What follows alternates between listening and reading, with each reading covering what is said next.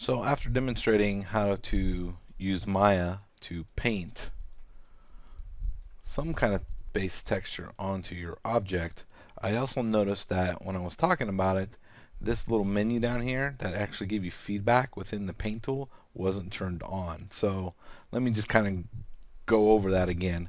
So if you click on the object or the frog and go back to rendering and go up to the top texturing and 3D paint tool, that will pop up. And again, I was showing you how to use the brush. If you double click on it, you get the tools for it,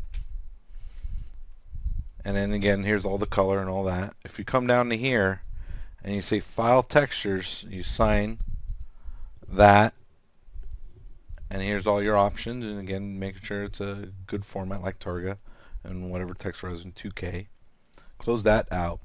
So once you've assigned it, it gets, a little directory file gets made, and then you go ahead and paint. Once you got it all painted, just hit save textures, and you can see right down at the bottom it says saved, and it shows you where it's saved it on your computer. So it's somewhere in your Maya project directory under 3D paint textures. There should be whatever your scene name and whatever your original shader name and object name gets associated to that image file. So once you've gotten that popped up in black, you're good to go. If this pops up in red, that means probably your Maya project directory was not set, and you need to set it and then kind of restart Maya and then assign and then bring the object back and then make sure it works again. So that's typically the thing that goes wrong with it if it comes up in red, or it comes up with another file format. So again, Targa is usually a pretty good one. So again, just remember when you're also painting textures, if you accidentally paint in an area and you go into another area that's, it's kind of a one-shot deal, you have to make sure you grab the corresponding color and then paint it back if you need to do that. Alright, so another thing I was going to do with this frog was to also come in here and fix that seam, as you can see right back in here. So I'm going to go select this edge right here, and then I'm going to go back to polygons, normals, soften edge, and there we go. That looks pretty good. Alright, and then once I've gotten that done, I'm going to save out the UVs so I can start putting this into another paint package like Photoshop or Mudbox to add some more additional detail. Oh, the other thing I might want to do also is put these eyes on the same UV map as the frog.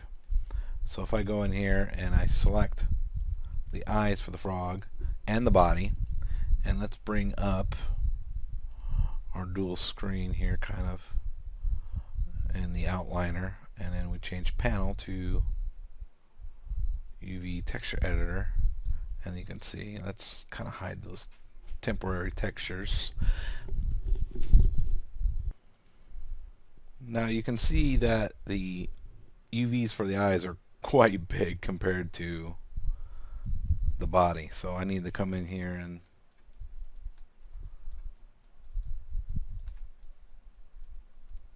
just select that eye,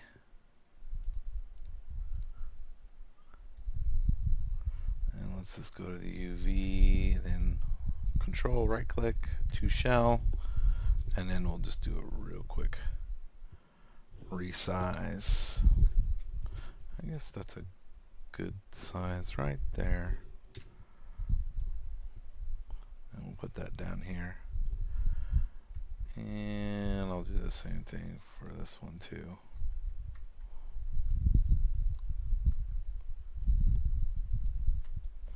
And to shell. And resize that. And join its little brother down here. And then we go to object mode,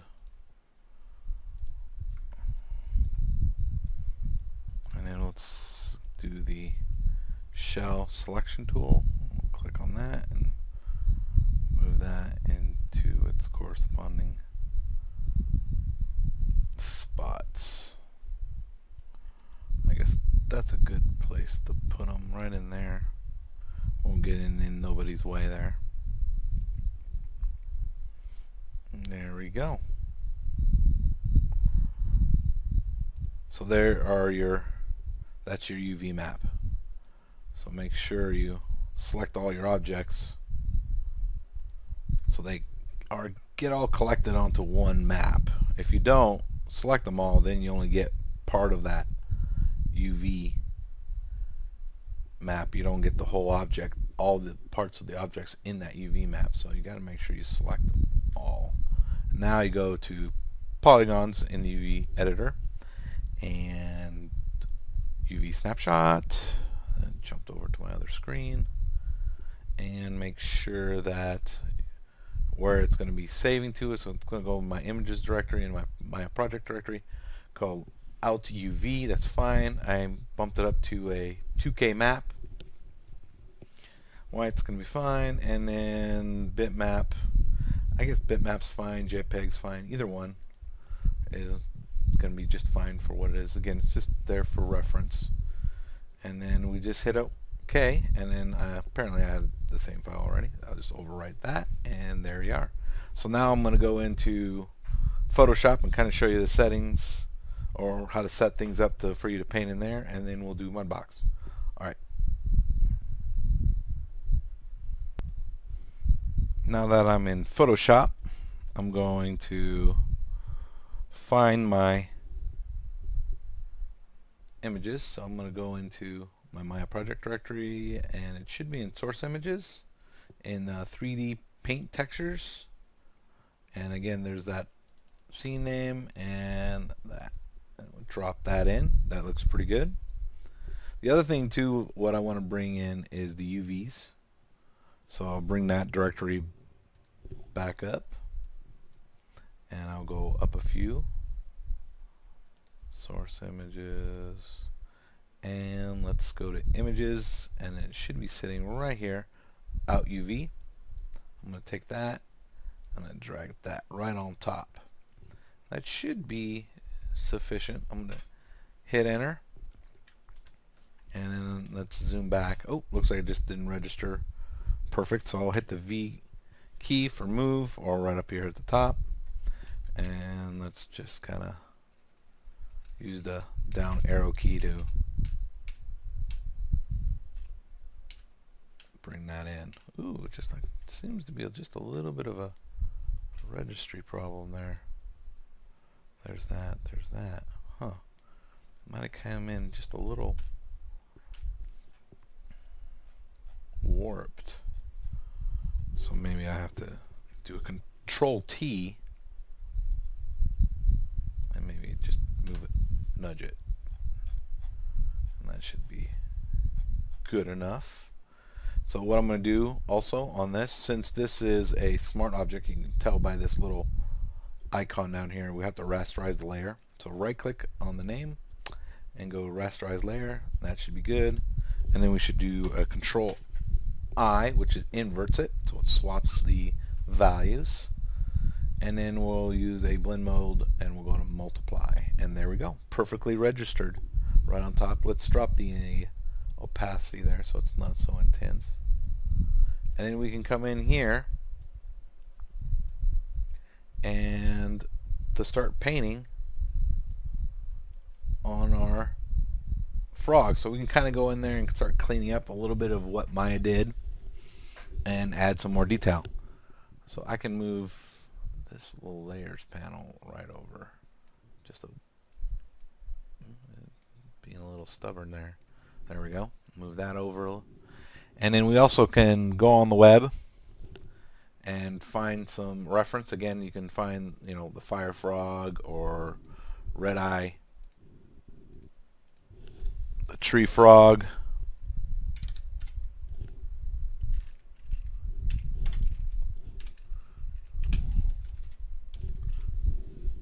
And then let's see, like right here, you can use that.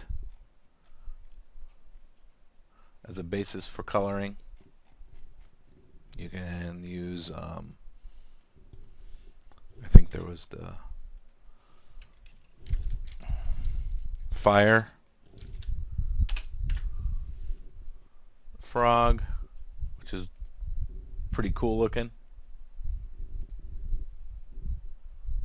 Whoa, that's a weird one. That's got to be photoshopped. That's just too weird. So it depends on what you're trying to do. So again, go on the web, trying to find some color schemes. And again, there's also that cooler where you can kind of use these to come up with unique color combinations for your frogs.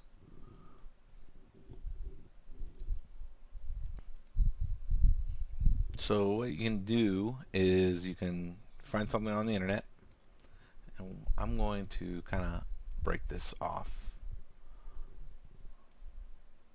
in Photoshop and make this a little bit smaller, and then you can drop in some reference art. So you can bring it up, and then you can just actually, right from Google, you can kind of just grab this image and drag it straight into Photoshop.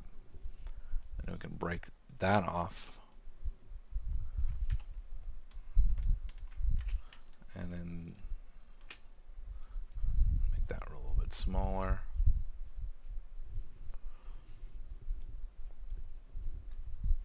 Oops, come on. Got it, it's really touchy. And then zoom in.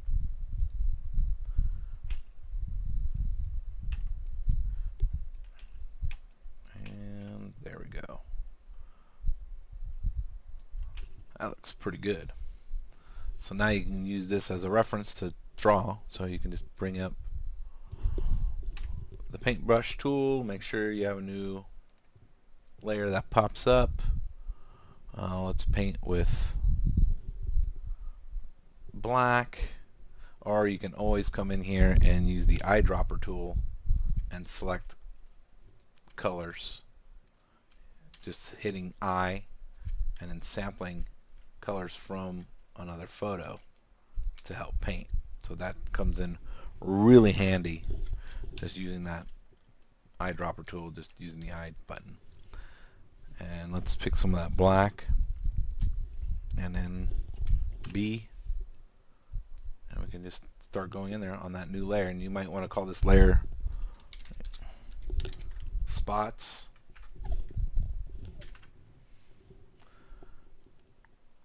And always play with the hardness and the size, and you just start coming up with that pattern. And again, this will come out symmetrical. So I'm going to switch over to my tablet.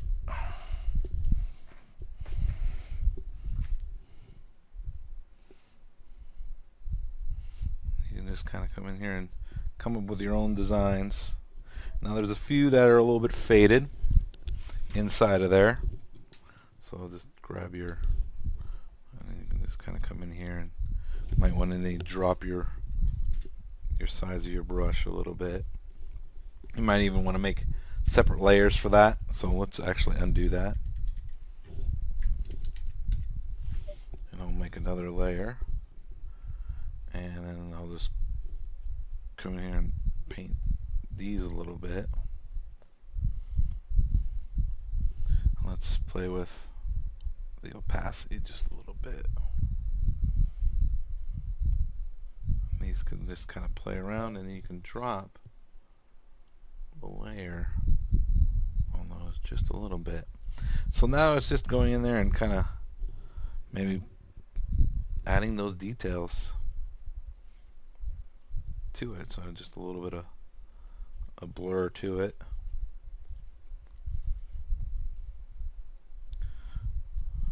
And then you have the little black spots. You can come in here and bring that power back up and go to the B key and start drawing those bigger spots in. Opacity was kind of down for me.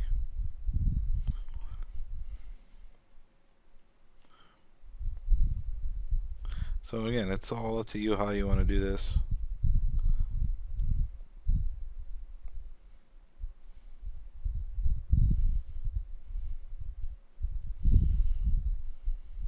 You even want to maybe drop, knowing that coming over here and looking at this, knowing this is the thick leg that has more edge loops coming through. This was the top of the leg, so you can come in here and just lay a few dots down. You might even want to kind of come in here with a little bit of a lighter blue and maybe put that down, and then come in with black, kind of layer. You can kind of see sometimes there's a little bit of light blue around the black spots, so you can just come in here and grab a little white or yellow or lighter blue, and then come in with, and then just kind of paint right on top of it. So it depends on how you want to do it. So you can spend quite a bit of time going through there and kind of painting up the frog. You even come down here to this background layer. Well, right now it's kind of locked, so we got to rename that. So let's see here. Get off my tablet. And oh yeah, it's really locked down. Oh, there it is. And we'll just name it something, and we might name it base blue.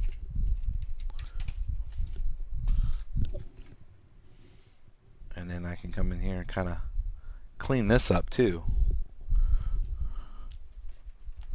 Sorry, I'm switching between my keyboard and my tablet.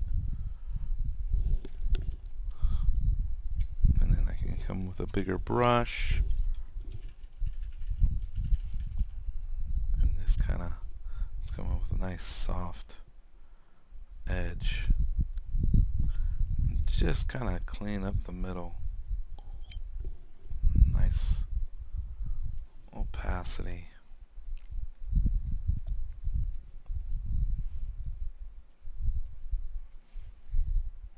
So you can go in here and kind of fix it all up. Put in those dots, layered up, whatever you need to do. Here's even a little bit of this intense turquoise kind of come in here and kind of paint that down the middle a little bit on that base layer. Actually, let's take that out. I'm undoing that, and let's just make a new layer on that.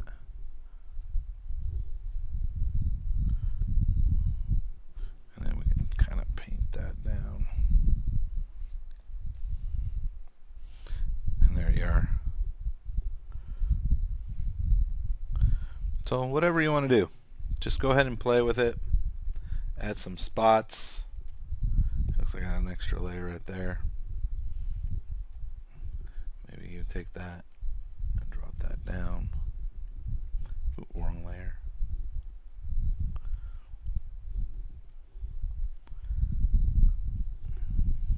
Even you can play with different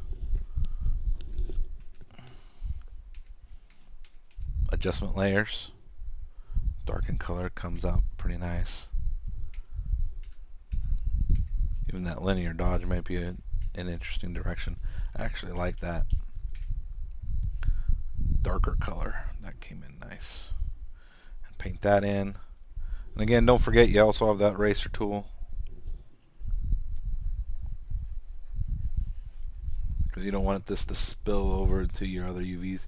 You might even want to keep it organized within your UV shells without brushes going into other areas. So what you can do is bring in your UVs. Oh. So I've got the UV layer right here. I'm going to make a new layer. I'm going to call this mask.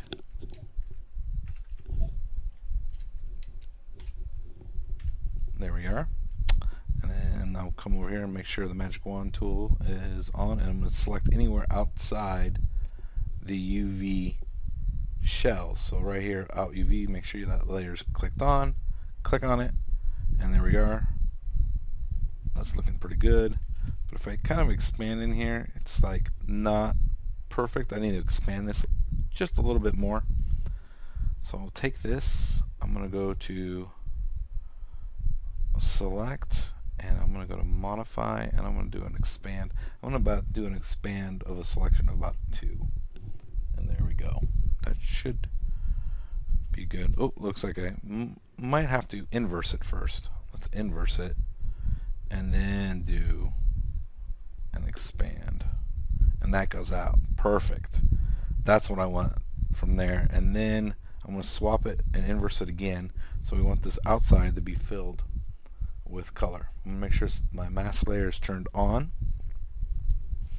And make sure your background color is, or your foreground color is black. Go to Edit, Fill, Foreground Color, and there you go, black.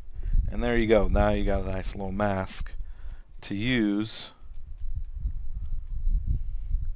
I'll hit Control D, and anytime you want to paint inside an area, all you have to do is go select the magic wand tool, click on it, and boom, make sure you select the mask, and now you can just paint just in that area without affecting anybody else. So it's really convenient if you want to work on a particular UV shell by using the mask. So I'm just going to undo that just for purposes there. But again, it's just a few steps you got to do to make that work. So if I wanted to come in here and go to this layer 3 that I was adding a little bit of this blue, I've already turned it on. I can come in here, select that color, hit B, a little bit larger size on that brush, and I don't affect any other pixels with that. So it's a really great way of working if that's what you are trying to go for. So hit Control D, and then you're out of it. And then you can even take that mask and maybe drop the intensity of it just a little bit, but it's still there for you to use. So that's about what I was going to show you in Photoshop. It's just getting in there and adding your details and kind of painting it in. Kind of showed you a few of the tricks, and once you're done with this, you can save this image out as a color map. Just make sure you turn off your UVs there, turn off your mask, and you can save this out as another target and bring that into Maya. We'll get into a spec map and a bump map a little bit later on, but now I'm going to show you the Mudbox workflow.